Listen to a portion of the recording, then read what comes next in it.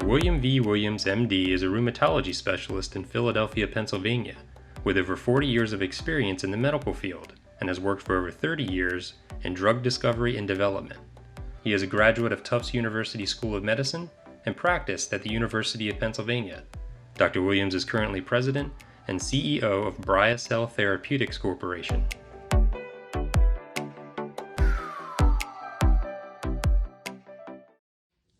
Hi, this is Dr. Bill Williams again, and I want to talk to you today about hormonally active contraceptives and cancer.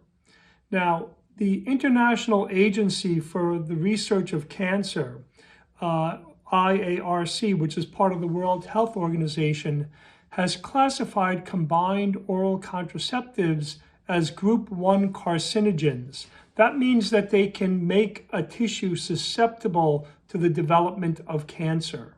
And we know from very large studies, including some really excellent cohort studies, that certain types of cancer are clearly increased in women who use hormonally active contraceptives, such as the pill, the vaginal ring, the implants, the transdermals. These contraceptives can increase susceptibility to certain cancers. Now, in terms of particular types of cancer, the most prevalent cancer in women, of course, is breast cancer. And it is a huge problem. 1 out of every 8 women will develop breast cancer at some point in their life.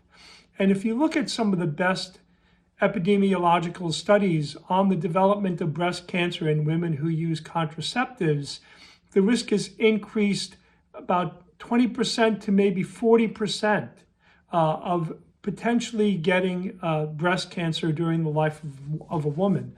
That makes the risk go from basically 1 out of 8 to 1 out of 7 women. So it's a very, very significant increase. And that includes a study that was recently done, including the entire population of Denmark, where they had over 1.7 million cases of breast cancer in the study. So this is very, very clear evidence. And in fact, the FDA, in response to a petition that a group of us sent to them, re-examined the data on breast cancer and is modifying the prescribing information for hormonally active contraceptives to include a warning about potential increased risk for breast cancer. Another type of cancer that is clearly impacted by these hormonally active contraceptives is cervical cancer. Now, it's much less common than breast cancer, but the increase in risk is much higher. If a woman has ever used a hormonally active contraceptive, the risk goes up by about 60%, 1.6-fold. And if she's currently using a contraceptive, it goes up 2.2-fold, so that's 120% increase. So cervical cancer, and it can be devastating, clearly is increased by these agents.